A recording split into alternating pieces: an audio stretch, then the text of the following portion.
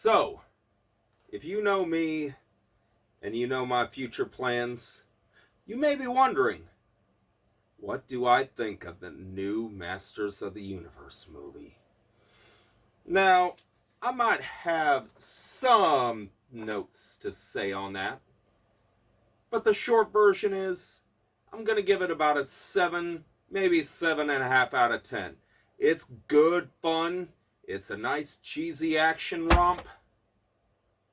But if you're going to get all pissy about pronouns, don't see it.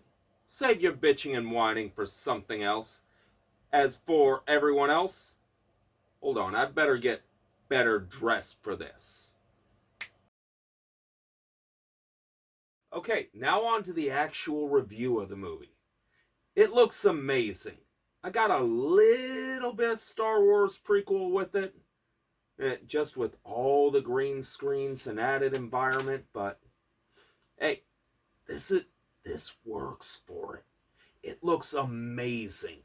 We are treated to a gorgeous Eternia, City of Eternos, Snake Mountain, and Castle Grayskull. All the characters look like a near perfect upscaling of the old Filmation cartoon. A few minor nerd nitpicks. The soundtrack is great. All the power metal buddies need to see this movie just to hear it.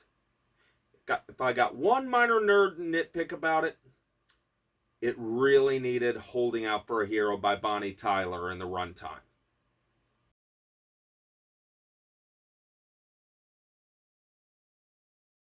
Okay, now we're getting a bit into spoiler territory and where I got my 3 major problems with it. Problem number 1. Feels too modern and marvelly and quippy and therapy language and that awkward momentum killing joke attitude. It comes up so many times, it's ridiculous. Seriously, it kills 1 or 2 really good moments. It's like having a bad jump scare in a bad horror movie. It loses all momentum and you're just wanting for it to get back on track, and it really doesn't. Now, I'll also say that the real second act, that big chunk of the movie, goes on way too long. And yes, this is the Earth part, and that's just so we can get a nice Amazon truck, so Bezos will be happy. I am all against making Jeff Bezos very unhappy. Pay your damn taxes, and your own fair share. Probably gonna cut that.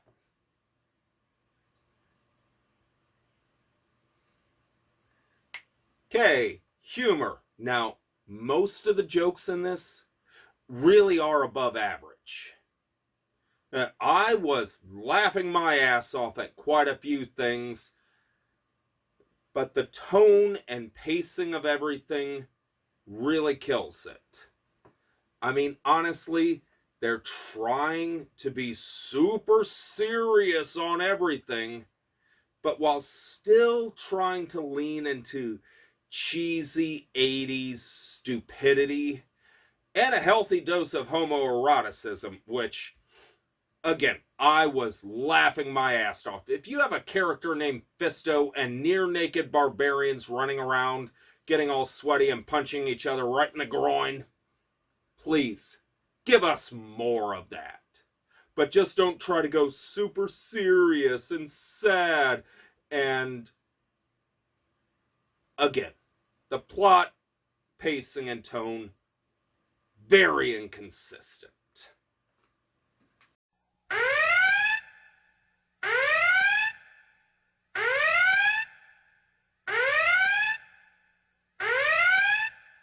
So, now we're going to be getting into full-on spoilers territory, as I talk about some of the characters a lot.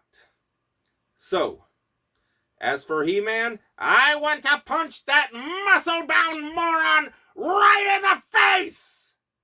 which means he did a good job. He's a compassionate, empathetic defender that's also a big, dumb, goofy meatball. Again, they did him right. Idris Elba, much like Mr. Terrific in last year's Superman, he carries that whole movie on his back as Duncan and Man-at-Arms. He's got a good plot arc. Nothing but praise for it. Some of his scenes went on just a little bit too long, especially after we got the point of it. But okay, we're working on actually building character. Tila is the exact same. Seriously. Sorceress looked great. That's what you expect. Randar and Marlena. Could have used more of them. Could have used more Cringer. Orko felt so shoehorned, and I still want to grab that little thing by his non-existent neck. As for the rest of them, oh, we got a cartoon-accurate Mechanic. I don't give two shits about Mechanic. I'm not that kid in Friday the 13th, Part 6. Ram Man looked great. Fisto, we needed a little bit more of him because fisting bad guys is never not going to be funny.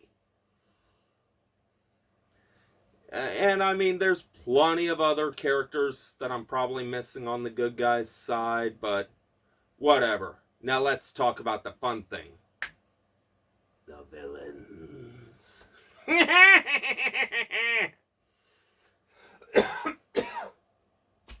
Goddamn, I'm getting old. Anyway. Evil Lynn.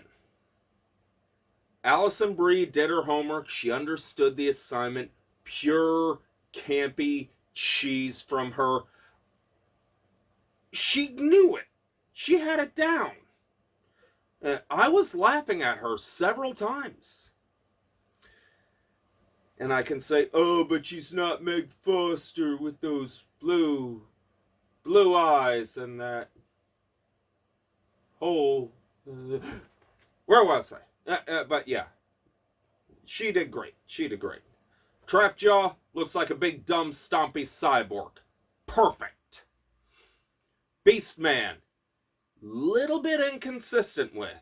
They had him snarling like a generic monster and ripping stuff up like he's in Planet of the Apes, and then have him talking.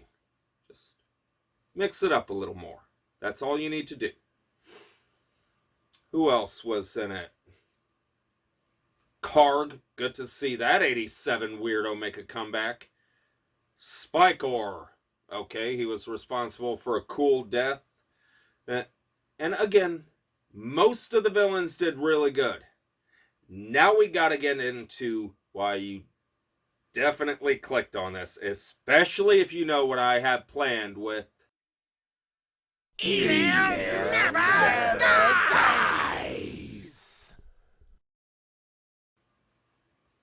Now, again, if you really know me, if you know why I have the staff, the vest, the costume, the cackle, you know I'm really mad about one thing. Jared Leto's vocal performance. Skeletor looked just fine. Crossbones could have been a little bigger or more defined. The skull could have maybe not been so rubbery or leaning more into the rubbery. The look was fine. My issue is with Jared Leto's performance. He phoned it in. He gave a limp, hackneyed... In fact, right here, insert, if I've got it on the phone, other phone, the Augustus St. Cloud. 3, 2, 1. I did not hear a single bone crusher of a laugh out of him. I did not hear one maniacal cackle, and I heard at least 3 times he could have given one. But no, he didn't. There was a little bit of menace, but no mirth. When he's trying to do the classic insults, just like, you bunglers, morons, fools, you incompetent half-wits. No, he's just doing the like, you fools, you messed up the mission I gave you. His jokes weren't jokes. Okay, that whole trippy visual part in the end, good. But again, I'm mad at that fuckboy Jared Leto's performance. Screw him, screw you, Bezos.